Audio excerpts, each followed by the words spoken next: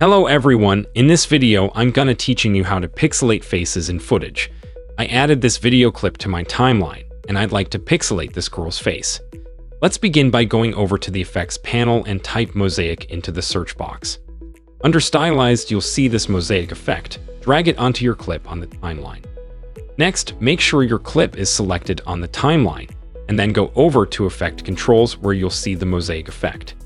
Since we don't want to pixelate the entire video, select this circle to create a new mask for the face. Now before you do anything with a mask, make sure your playhead is positioned at the start of the clip.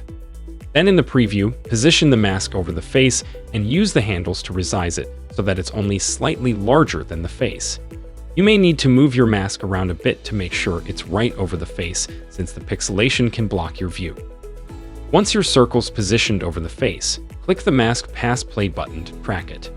It'll probably take a while to finish tracking, so I'll just speed through mine. Okay, this is tracking her face really well, but the pixelation squares are way too big. To fix this, increase a horizontal box and the vertical blocks amounts to your liking.